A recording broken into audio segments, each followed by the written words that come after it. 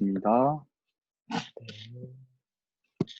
오늘 잠들기 전 묵상 한 구절은요. 로마서 7장 1절부터 6절까지 말씀인데요. 음, 음, 저부터 지훈 형제부터 이렇게 영철, 홍규, 혜연, 진이, 문준, 이거 내가 읽으면 되겠다. 네, 지훈 형제부터 읽죠.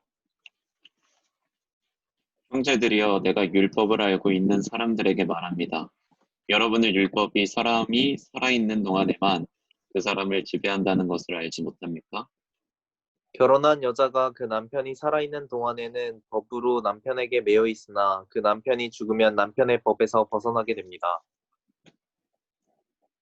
그러므로 남편이 아직 살아있을 때 여자가 다른 남자에게 간다면 간음한 여자라 불릴 것입니다. 그러나 만일 남편이 죽으면 그 법에서 벗어나게 되므로 다른 사람에게 가더라도 간음한 여자가 되지 않습니다.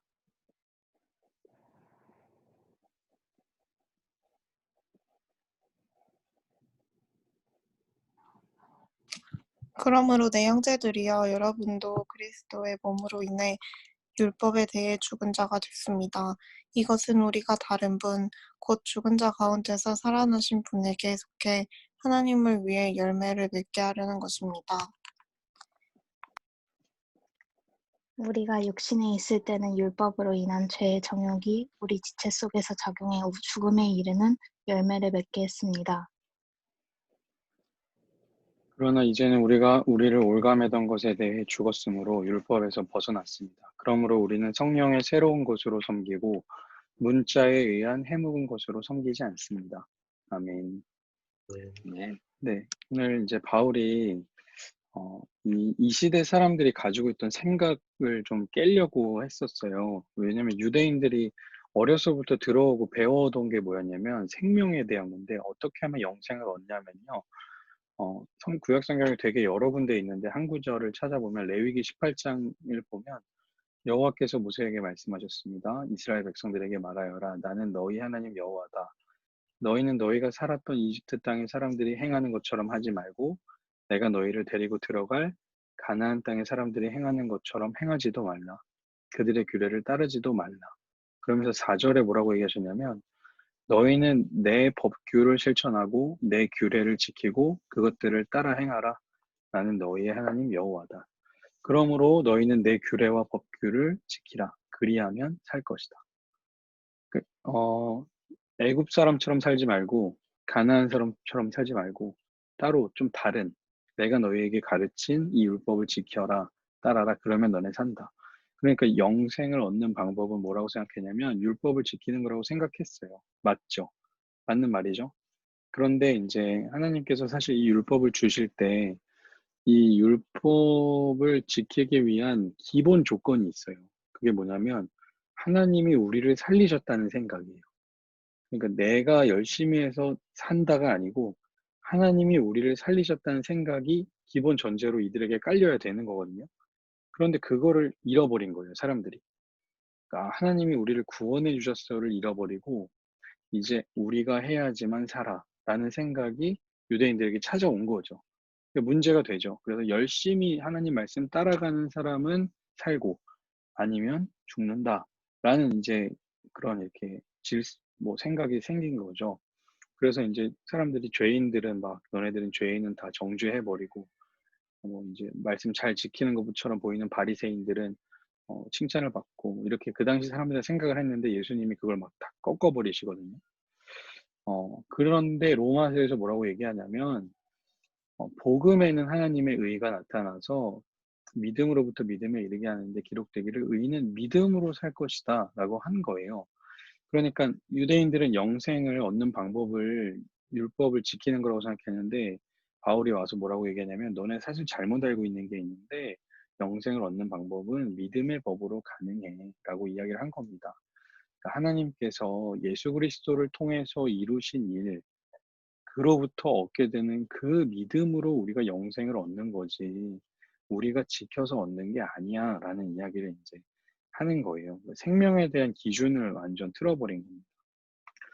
그리고 나서 이제 진짜 삶은 죽음에서 시작이 된다. 그러니까 율법에서부터 죽은 걸로 시작이 된다라고 이야기를 하는 겁니다. 오늘 1절에 보면 형제들이여 율법을 알고 있는 사람들에게 말합니다. 율법은 사람이 살아있는 동안에만 그 사람을 지배합니다. 살아있는 동안에만 영향을 미칩니다. 라고 이야기를 해요.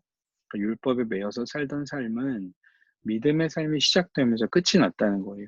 6장에서 계속 어떤 얘기했냐면 그래, 하나님의 은혜가 더 빛나게 하기 위해서 내가 좀 죄를 지어야지.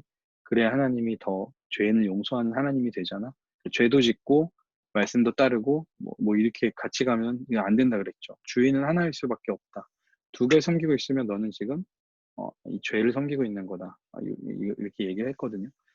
그래서 바울은 뭐라고 얘기하냐면 율법에 매여 사는 삶은 끝이 났다. 그러면서 비유를 하는데요. 결혼한 여자가 남편이 있는 동안에는 남편에게 법적으로 부부가 돼 있어서 매여 있지만 남편이 죽으면 그 법적 부부에서 이제 끝이 난다.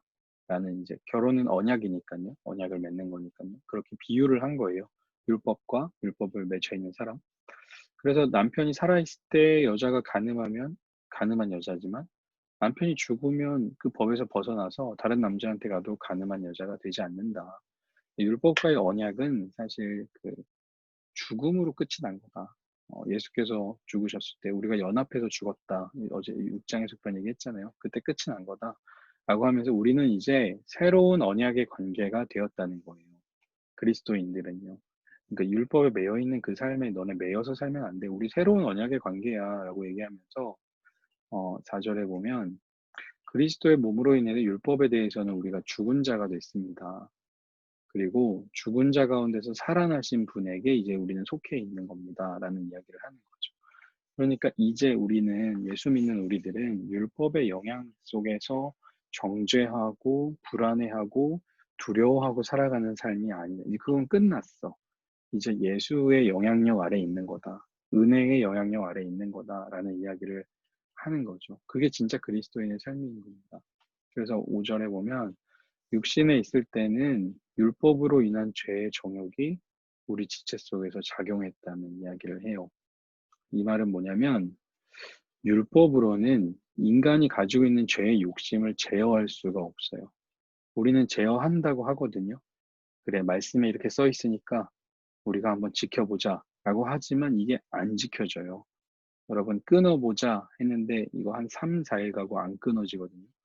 뭐 습관은 습관으로 고쳐야 된다. 그래서 막 습관을 바꾸면 그거 안 끊어집니다. 제가 아주 어렸을 때 잘못 배운 그 세상적인 습관들이 되게 많거든요. 저는요, 이 유혹이요, 아직도 있어요. 평생 가요. 제, 제 의지만으로는 이 죄의 욕심이 끊어지지 않습니다. 그러면 어떻게 되냐면, 율법으로는 영생에 이르는 것이 안 된다는 걸 깨달으라는 거예요. 완전 죽어야 돼. 완전 죽은 거야. 그러면서 6절에 보니까 그러나 우리가 이제는 우리를 올가매던 것에 대해서 죽었다. 그러니까 우리가 다시 죄를 짓고 불안해하는 거에 대해서 사실 두려워하지 말라는 거예요. 우리는 어떤 법에 있냐면 성령의 새로운 법, 성령의 새로운 것으로 섬기고 문자에 의한 해묵은 것으로 섬기지 않는 사람들이란.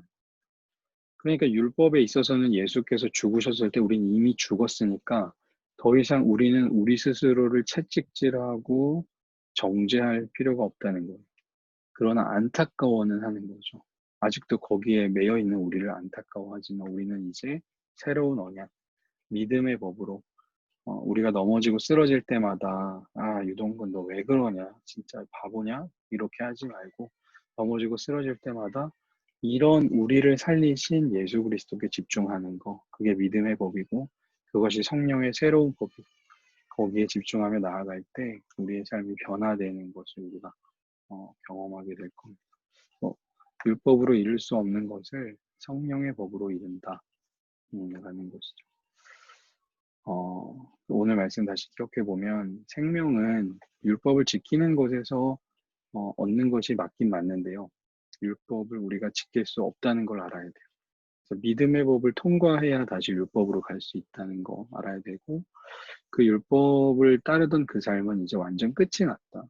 그러니까 그 말씀의 비유에서 너무 정죄하고 불안해하며 살지 말아라.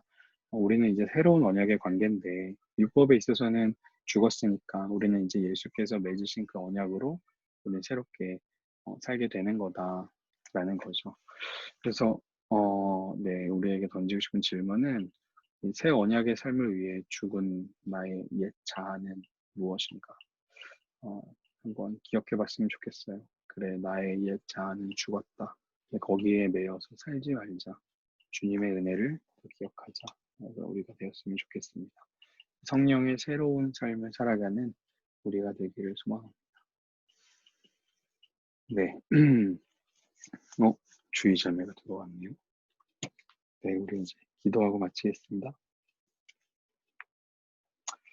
하나님 감사합니다.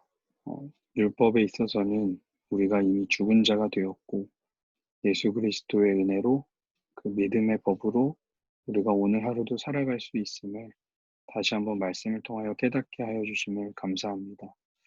하나님 스스로가 스스로를 너무나 정죄하고 또 스스로가 또 다른 이들을 말씀으로 정죄하는 일들을 우리가 행하지 않도록 주님 붙들어 주시고 우리가 그 은혜의 법을 통하여 오늘 이 자리에 살아갈 수 있음을 기억하며 오늘도 감사하고 또 주님께 감사하는 우리들 될 수 있도록 인도하여 주옵소서.